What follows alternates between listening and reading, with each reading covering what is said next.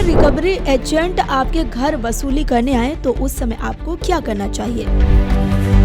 क्या एजेंट परिवार और पड़ोसियों के सामने कर्ज की जानकारी बता सकता है? क्या आपको पता है कि रिकवरी के नाम पर एजेंट क्या नहीं कर सकता है? अब सबसे बड़ा और महत्वपूर्ण सवाल ये है कि अगर ईएमआई नहीं भर पा रहे हैं तो ग्राहक को क्या करना चाहिए? अगर आपने लोन लिया है और किसी परेशानी के चलते लोन की किस्त समय पर नहीं चुका पा रहे हैं तो आपको डरने की जरूरत नहीं है, बल्कि आपके लिए राहत की खबर है। दरअसल कई बार ऐसा होता है कि नौकरी छूटने, बीमारी या अचानक आए बड़े खर्च के कारण व्यक्ति लोन की किस्त नहीं चुका पाता है, जिसके बाद रिकवरी एजेंट के फोन और घर पर आने से ग्राहक दबाव में आ जाता है। लेकिन ईएमआई चूकने का मतलब ये नहीं है कि कोई भी व्यक्ति आपके साथ बदसलूकी करेगा। हालांकि कर्ज की वसूली बैंक या वित्तीय संस्था की कानूनी प्रक्रिया का हिस्सा है, लेकिन भारतीय रिजर्व बैंक ने साफ कहा है कि बैंक और उनके रिकवरी एजेंट कर्ज वसूलने के लिए किसी तरह की धमकी या उत्पीड़न नहीं कर सकते। हालांकि अब सवाल है कि अगर रिकवरी एजेंट आपके घर वसूली करने आए तो उस समय आपको क्या करना चाहिए? तो आपको बता दें कि रिकवरी एजेंट के घर आने पर ग्राहक को उसकी पहचान और बैंक की ओर से मिली अधिकृत जानकारी की जांच करनी चाहिए। आरबीआई के दिशा निर्देशों के अनुसार बैंक को कर्ज की वसूली के लिए एजेंसी की जानकारी ग्राहक को देनी चाहिए और एजेंट के पास पहचान पत्र तथा बैंक की ओर से जारी नोटिस और प्राधिकरण पत्र होना चाहिए। बैंक की ओर से नियुक्त एजेंट की गतिविधियों की जिम्मेदारी अंततः बैंक की ही रहती है, इसलिए किसी अनजान व्यक्ति को केवल धमकी के आधार पर पैसा देने के बजाय पहले उसकी पहचान और अधिकार की पुष्टि करनी चाहिए। हालांकि सवाल ये भी है कि क्या एजेंट परिवार और पड़ोसियों के सामने कर्ज की जानकारी बता सकता है? इसका जवाब है कि नहीं, क्योंकि रिकवरी की प्रक्रिया में ग्राहक की निजता का सम्मान करना जरूरी है। आरबीआई ने बैंकों और उनके एजेंटों को सार्वजनिक रूप से ग्राहक को अपमानित करने, परिवार के सदस्यों, दोस्तों या अन्य लोगों की निजता में दखल देने और धमकी देने से रोका है। आरबीआई के नियमों के तहत एजेंट लगातार फोन करके परेशान भी नहीं कर सकते। कर्ज की जानकारी को रिश्तेदारों, दोस्तों या सहकर्मियों के सामने सार्वजनिक करना भी स्वीकार्य वसूली प्रक्रिया का हिस्सा नहीं है। इसका मतलब यह है कि बैंक अपना पैसा मांग सकता है, लेकिन वसूली के लिए ग्राहक की सामाजिक प्रतिष्ठा को निशाना नहीं बना सकता। हालांकि ग्राहक के लिए यह भी जानना जरूरी है कि रिकवरी एजेंट किस समय फोन कर सकता है।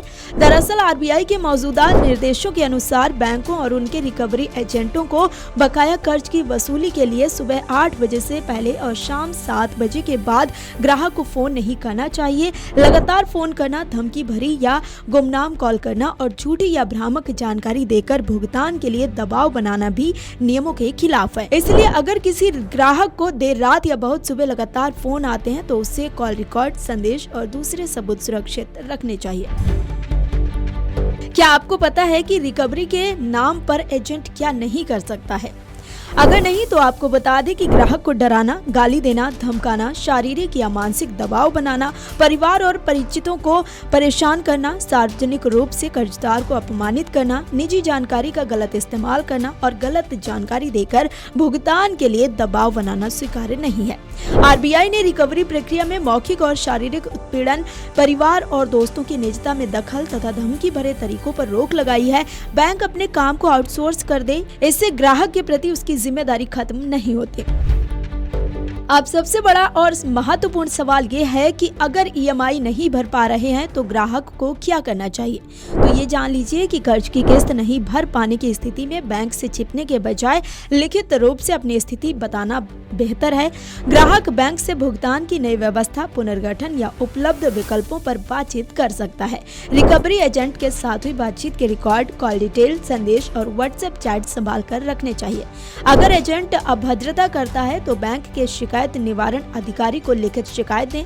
आरबीआई के नियमों के मुताबिक बैंकों के पास रिकवरी से जुड़ी शिकायतों के समाधान की व्यवस्था होनी चाहिए। अब ये जान लीजिए कि अगर बैंक शिकायत नहीं सुने तो ग्राहक कहां जा सकता है। अगर बैंक या संबंधित वित्तीय संस्था से शिकायत का समाधान नहीं होता है तो ग्राहक उपलब्ध शिकायत निवारण व्यवस्था का इस्तेमाल कर सकता है। आरबीआई के निर्देशों में बैंक को रिकवरी प्रक्रिया से जुड़ी शिकायतों के लिए व्यवस्था रखने की बात कही गई है। वहीं धमकी, मारपीट, जबरन घर में घुसने या किसी अन्य आपराधिक हरकत की स्थिति में मामला केवल बैंकिंग शिकायत तक सीमित नहीं रहता और ग्राहक पुलिस से भी संपर्क कर सकता है। ऐसे मामलों में घटना से जुड़े सबूत सुरक्षित रखना महत्वपूर्ण है। कर्ज चुकाना जरूरी है और फिर भी ग्राहक के अधिकार क्यों है? दरअसल लोन लेने के बाद तय नियमों के मुताबिक ईएमआई चुकाना ग्राहक की जिम्मेदारी होती है। अगर ग्राहक समय पर भुगतान नहीं करता है तो बैंक को बकाया राशि की वसूली के लिए कानूनी प्रक्रिया अपनाने का अधिकार है। लेकिन इसका मतलब ये नहीं है कि बैंक का कोई एजेंट ग्राहक को धमका सकता है, उसका अपमान कर सकता है या उसकी निजी जानकारी सार्वजनिक कर सकता है। हालांकि आरबीआई के नियमों का उद्देश्य कर्ज की वसूली के साथ साथ ग्राहकों के अधिकारों की रक्षा करना भी है। आर्थिक परेशानी की स्थिति में ग्राहक को बैंक से बातचीत कर समाधान तलाशना चाहिए। जरूरत पड़ने पर लिखित शिकायत दर्ज कराई जा सकती है और उचित वैधानिक शिकायत प्रक्रिया का सहारा भी लिया जा सकता है। अगर आप ये वीडियो YouTube पर देख रहे हैं तो हमारे चैनल को सब्सक्राइब कर बेल आइकन दबाएं और Facebook पर देख रहे हैं तो हमारे पेज को लाइक करें।